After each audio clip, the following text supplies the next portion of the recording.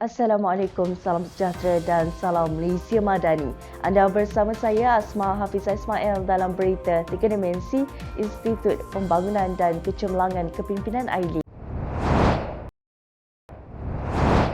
Expo Industri Sukan Sabah EISS 2023 yang diperkenalkan buat pertama kali di Sabah dijangka menjana pulangan ekonomi sebanyak RM1 juta dengan melibatkan penyertaan 28 pempamer dengan 40 gerai pameran di Palm Square Center Point, Sabah.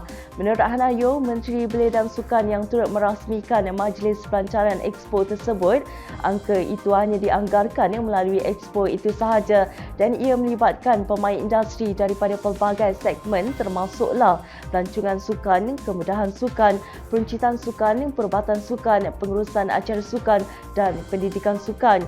Tambah beliau, KBS sedang berusaha untuk memajukan industri sukan sebagai sektor ekonomi utama negara dan pelaksanaan EISS ini telah menterjemahkan hasrat kerajaan untuk memperhebat perkongsian pintar dengan sektor swasta. Ujar beliau, untuk bajet 2024 yang sedang disediakan oleh Kementerian Keuangan, KBS cuba untuk memasukkan kos atau yuran latihan sukan dalam senarai pengecualian cukai untuk gaya hidup selain daripada pelepasan cukai untuk pembelian peralatan sukan di mana tahun 2024 boleh digunakan oleh kesemua 103 jenis sukan berdasarkan pindaan Akta Pembangunan Sukan 1997.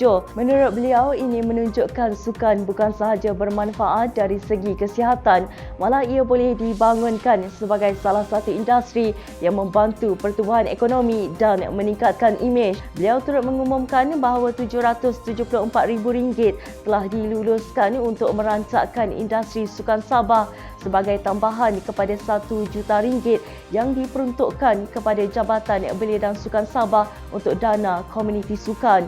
Semoga menerusi inisiatif sebegini akan mewujudkan kerjasama berterusan antara KBS dan KBS Sabah dalam pelbagai isu berkaitan pembangunan belia dan sukan.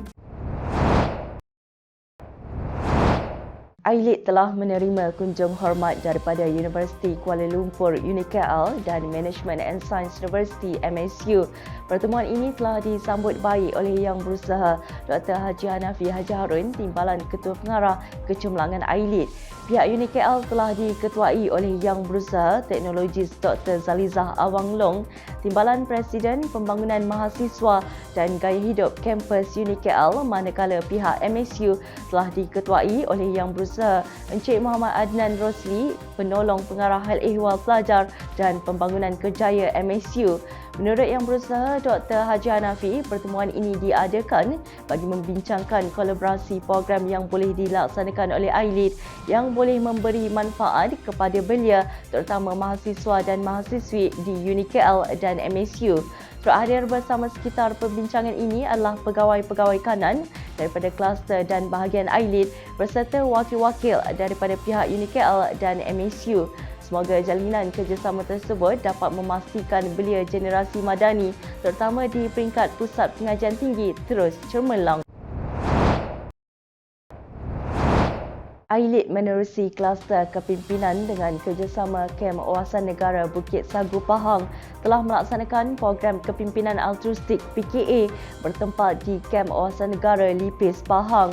Program yang dilaksanakan secara bersemuka ini telah melibatkan penyertaan dalam kalangan ahli jawatan kuasa Angkatan Belia Malaysia Negeri Pahang dan alumni Malaysia Future Leader School MFLS Tier 2 tahun 2023. Menurut Yang Berusaha Encik Kamali Fauzi Abdul Rashid, Ketua Kem Owasan Negara Bukit Sagu Pahang, program yang berkonsepkan pembelajaran dan pendedahan secara indoor dan outdoor ini merupakan usaha AILID ke arah memupuk kefahaman mengenai konsep altruistik yang mengetengahkan aspek kesukarelawanan. Tambah beliau, kolaborasi strategik bersama-sama pihak Angkatan Pertahanan Awam APM Daerah Lipis turut dilibatkan bagi memberi pendedahan dan perkongsian berkaitan tata cara pengendalian haiwan berbisa selain perkongsian mengenai asas pertolongan cemas. Semoga inisiatif yang dilaksanakan ini berupaya melahirkan lebih ramai lagi belia yang tinggi nilai, keprihatinan dan akan berkecimpung dalam bidang kesukarelawanan pada masa hadapan. Baiklah, sebelum berakhir, tahukah anda Kesultanan Melayu Melaka mempunyai dua undang-undang yang berasaskan syariah dan hukum adat, iaitu Hukum Kanun Melaka dan Undang-Undang Laut Melaka. Kedua-dua undang-undang ini diperkenalkan bagi melaksanakan pentadbiran untuk menjamin kemakmuran dan kesejahteraan Kesultanan Melayu Melaka. Sekian untuk perkongsian pada hari ini. Temui kami 3 kali seminggu pada hari Isnin, Rabu dan Jumaat jam 3 petang dengan 3 berita penting hanya di Berita 3 Dimensi. Terus ikuti kami di pelbagai platform media sosial dan portal rasmi iLead di www.ilead.gov.my. Saya Asma Hafizah Ismail. Assalamualaikum dan salam Malaysia Madani.